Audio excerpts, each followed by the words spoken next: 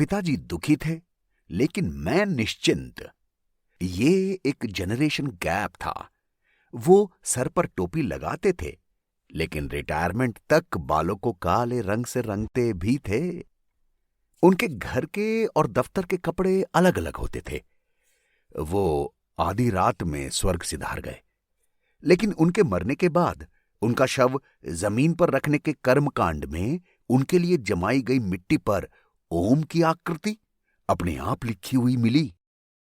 सभी लोगों को यह देखकर बहुत अच्छा लगा था कि वो मोक्ष पाकर बहुत ऊंचे लोक को गए होंगे। वो अपनी नौकरी में नैतिकता के नाम पर गलत काम नहीं करने के कारण आजीवन अपने अफसरों और साथ के कर्मचारियों से उलझते ही रहे। कभी सरकारी नौकरी में फिट नहीं हो पाए। अपने 7 बेटों में से किसी को भी वो सरकारी सिफारिश लगवाकर जॉब दिलवाने में सफल नहीं हो सके। मैं उनकी आखिरी आशा था, जिसके लिए वो सरकारी नौकरी के लिए साल भर से दौड़ भाग कर रहे थे। लेकिन समय प्रतिकूल था। नई नियुक्तियों पर पाबंदी लगी हुई थी। लेकिन भगवान और भाग्य को तो कुछ और ही मंजूर था। सरकारी नौकरियों के लिए उम्र की अंतिम सीमा पर पहुंचा मैं एक ही दिन बाद, मतलब अगली सुबह ही ओवर एज होने वाला था। पिताजी अब तक 50 लोगों से टेलीफोन से मेरी नौकरी के लिए विफल कोशिशें कर चुके थे और निढाल होकर सोफे पर पड़ गए थे। वो लगभग टूट चुके थे। तभी अचानक टेलीफोन बजा। फोन करने वाले एक बहुत बड़े अफसर थे।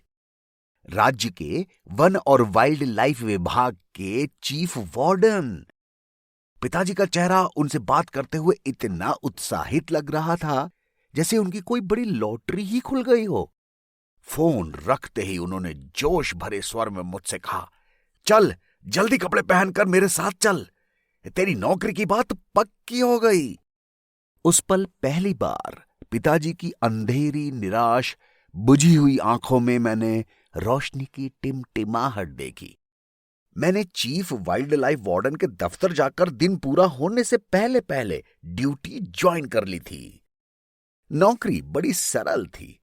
चिड़ियाघर में जहां बब्बर शेर और बघेरे आदि रखे गए थे, वहां अफ्रीका से मंगाया हुआ एक चीता कुछ घंटे पहले मर गया था।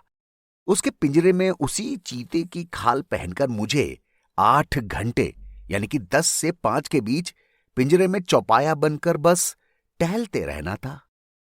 मुख्यमंत्री जी की विशेष स्वीकृति से यह नया पद मेरे रंगमंच के 20 सालों के अनुभवों को देखते हुए सृजित किया गया था।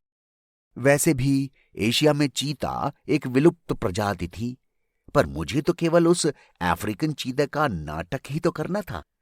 ये एक स्थायी नौकरी थी, पर मेरी ये सरकारी नौकरी ज्वाइन करने के अगले दिन ही पिताजी का स्वर्गवास हो गया।